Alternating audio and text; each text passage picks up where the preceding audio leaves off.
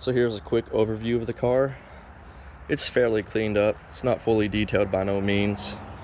You can still see dirt and stuff inside the inner fender liners, but it's cleaned up enough to give you the overall impression and condition of the car. So we'll start with the passenger side. It's probably the best side of the car. It has no flaws whatsoever. Front wheel, no curb rash, great shape.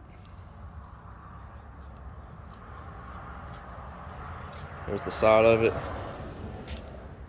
No dents or dings, no scratches.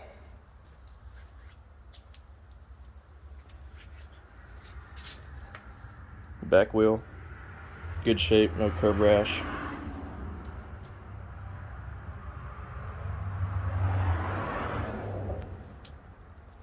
I just need to take a polisher to that and get that filth cleaned up.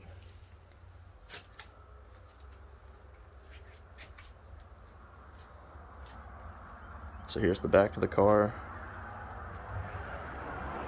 With some sun bleaching on these stripes, I mean, they could really be replaced all the way around, but I think those would polish out. This is just a driver's car, so minor things like that never bother me. So on the rear,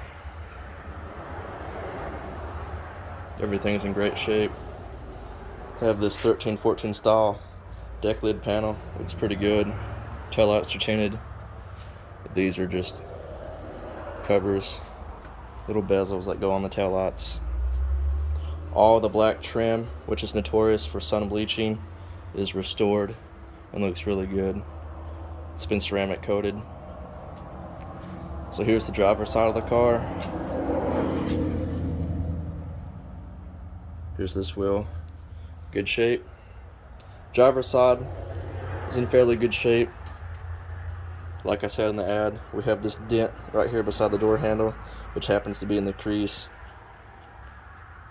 I'm thinking that any good PDR shop can pull that out, but I've never let that bother me because I know as soon as I go and have that fixed, something else is going to happen to the car.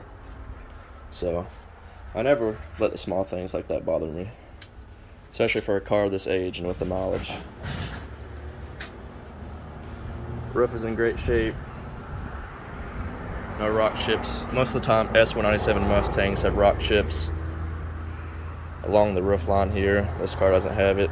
Pillars are in good shape. Mirrors are in good shape. Side profile on the driver's side. Just that one dent beside the door handle. No major scratches. We have some rock chips. Nothing crazy. Here's this wheel. Good shape.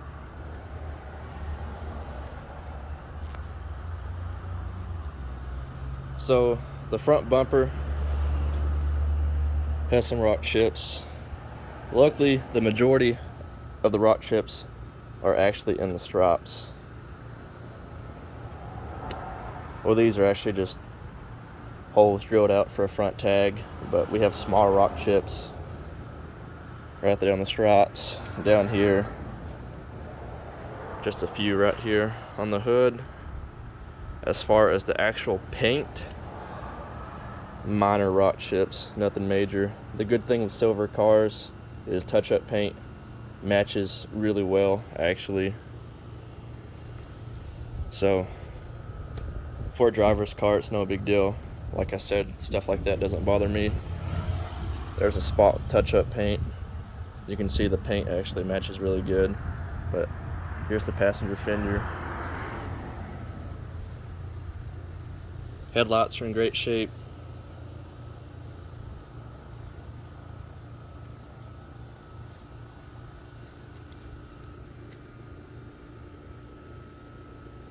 I mean, as far as rock chips go, they're really not that bad. You know, just minor things. This lip, of course, with age in a lowered car, you're going to have wear and tear. But I put this 1314 style air dam on the car, along with 1314 style upper and lower grills. Most S197 Mustangs suffer from aluminum corrosion prep work from like the old Ford factory plants. It's a common issue, look it up, but this car doesn't have it actually. This is one of the very few cars I've seen that has not suffered from that corrosion ordeal. Vent has been painted gloss black.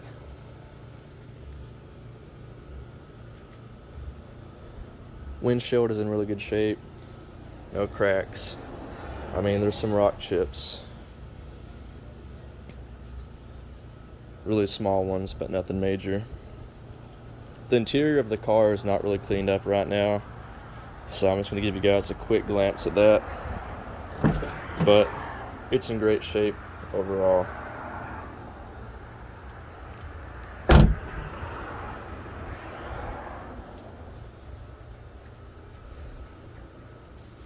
Now underneath the car, there's no rust, no leaks, no oil leaks, coolant leaks, anything like that. We have BMR adjustable upper and lower control arms and an adjustable BMR panhard bar. BMR lowering springs. These wheels are 19-inch.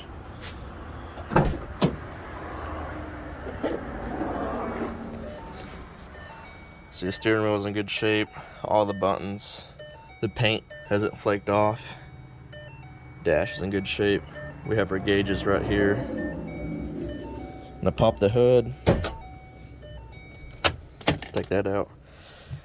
This is a MGW short throw shifter. The car has a McLeod RXT twin disc clutch. And as far as driveline goes, it also has a Spicer one-piece aluminum drive shaft. Give me 1 second. Let's get that hood propped up. Again, Spicer one-piece aluminum drive shaft. Still has the factory 331 rear gear. So under the hood, we have a Trinity swap. This thing has been worked by 1320 Junkie. The EGR has been deleted and this elbow has been extended and ported for better flow. GOT catch can. We have this Shelby America billet cap set. 2.4 upper pulley. We have a 100 millimeter, not a 100 millimeter, but a 90 millimeter auxiliary idler pulley for belt wrap with that 2.4 pulley. I also have the Metco auxiliary idler pulley and bracket that actually mounts right here. I just have it off right now. A bearing was going bad, so I'm pressing those out and replacing the bearings. This is a JOT carbon fiber 127 intake, aftermarket expansion tank, Kenny Bell 168 mono throttle body with the XVA powered by the hour high flow elbow. The VMP triple pass heat exchanger up front, and we have a 2014 style intercooler pump and radiator fan setup. So this car has all the necessary cooling mods. Car runs really good. It's been tuned by Lee Blankenship in Kentucky. They put down 686 of the wheels on a Mustang dyno. As you guys know, those are heartbreaker dynos, so if you put this thing on a dyno jet, it would be probably well above 700 horsepower to the wheels.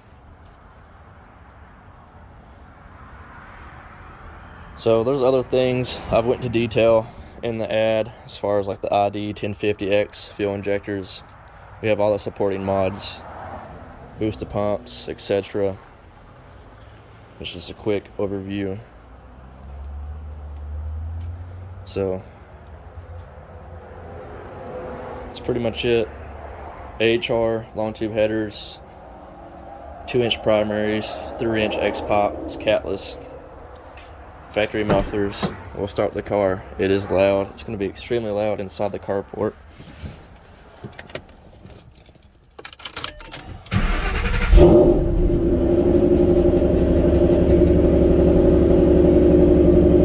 check engine lights. Navigation. Gauges are functional.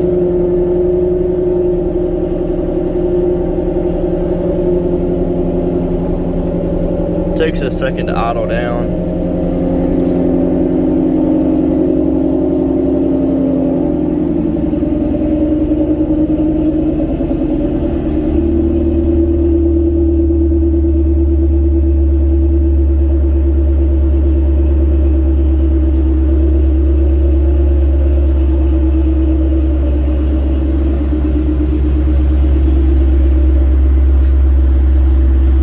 Let's see if we can scare him a little bit. Let the oil pressure kind of situate. He is unfazed.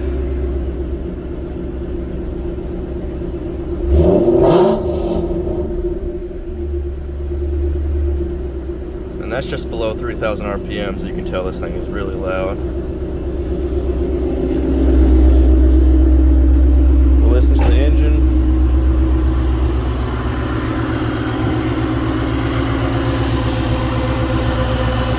Engine is super smooth. All you really hear is the fuel injectors and the dual fans on the heat exchanger. They flow a lot, so they are loud. ID 1050X fuel injectors sound like a typewriter. If that's what you guys are hearing, that's normal. As far as mechanical issues, this engine is silky smooth.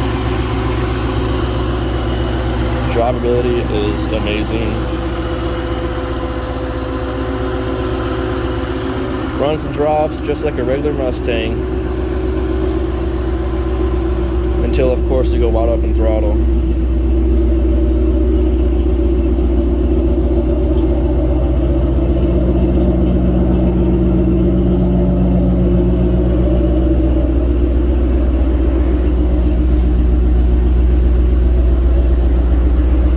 So pretty much what you see is what you will get.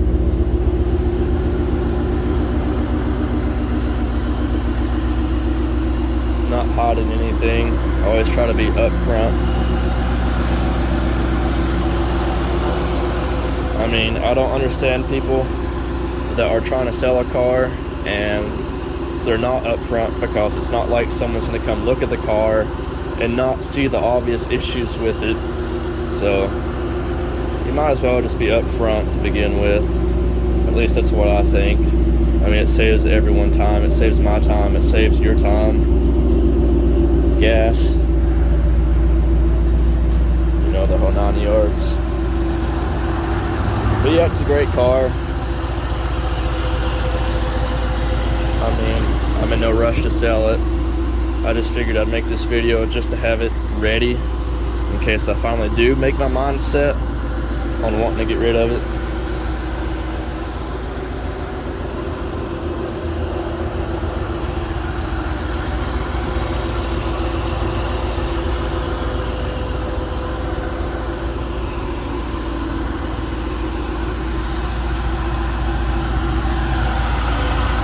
Oh yeah, since we're on the subject of the car being loud and the fans, I just want to show you guys something. I think this is pretty interesting.